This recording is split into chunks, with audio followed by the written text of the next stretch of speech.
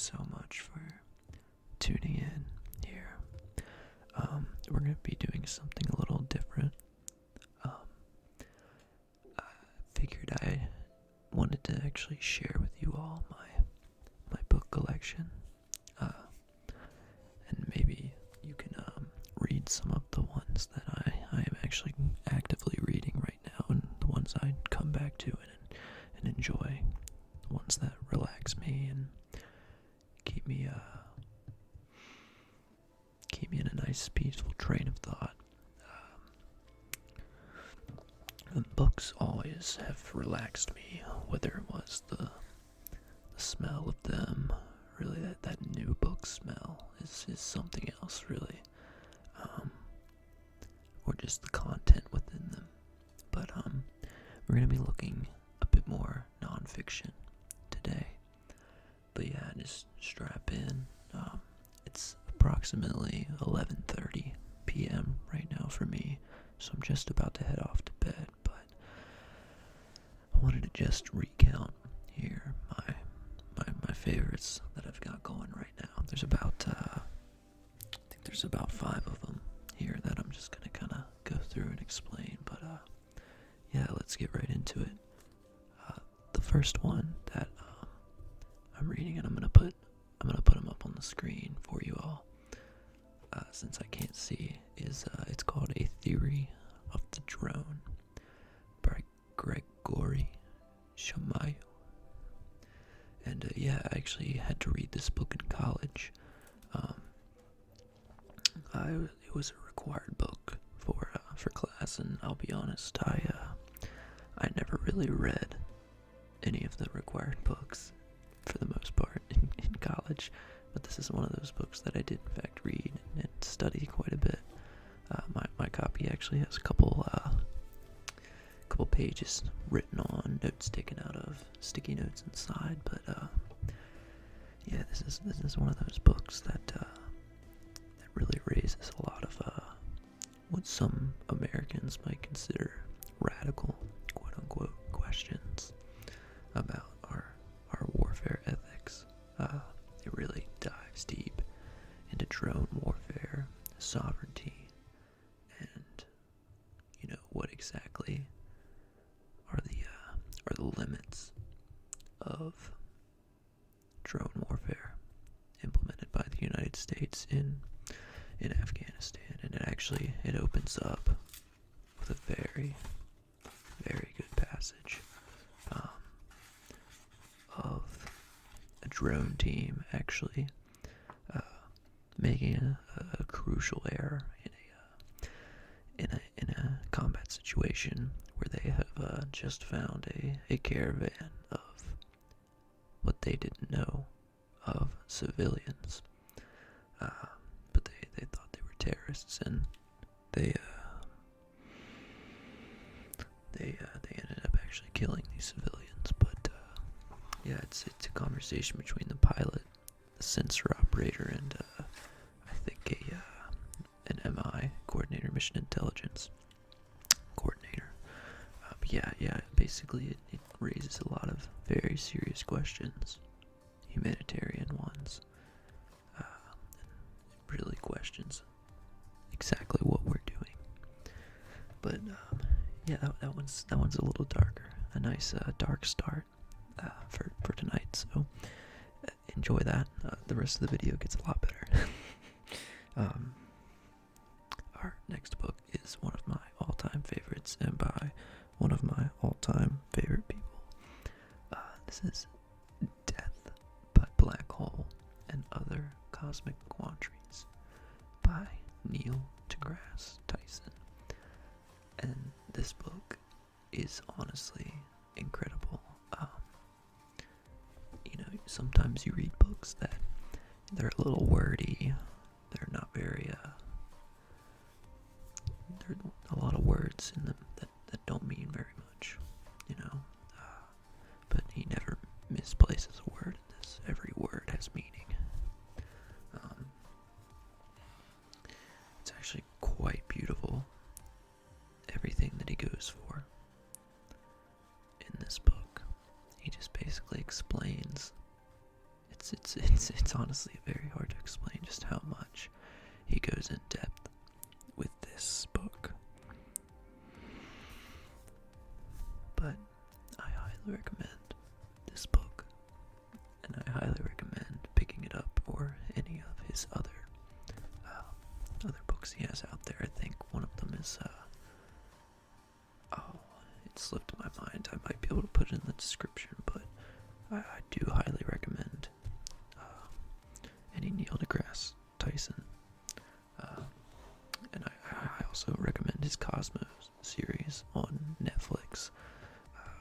It's kind of in the same ballpark of Death by Black Hole, if you're looking for more of a visual representation of it. But yeah, let's move on to the next one. The next one we've got is called The Hot Zone by Richard Preston. And this book is very, very eye-opening. It's that weird gap between nonfiction and fiction, where it's recounting the emergence of the Ebola virus for the very first time, and it raises some very, very weird questions. I want to read the description here for you guys. The summary on the back. A highly infectious, deadly virus from the Central African rainforest suddenly appears in the suburbs of Washington, D.C. There is no cure. In a few days, 90% of its victims are dead. A secret military SWAT team of soldiers and scientists is mobilized to stop the outbreak of this exotic, hot virus. The Hot Zone tells this dramatic story, giving a hair-raising account of the appearance of rare and lethal viruses and their quote-unquote crashes into the human race. Shocking, frightening, and impossible to ignore. The Hot Zone proves that truth really is scarier than fiction. So yeah, that last line really helps drive home exactly what's trying to be accomplished by this book, is that while it's fiction, there are definite possibilities of this happening. And actually, the coronavirus has actually just hit the United States at the time of filming this video. So if you're looking for something that'll connect to current events, this book right here has got you. It actually sounds really good too. Do some nice sounds with that. Yeah, maybe I'll put that in a tapping video later on, but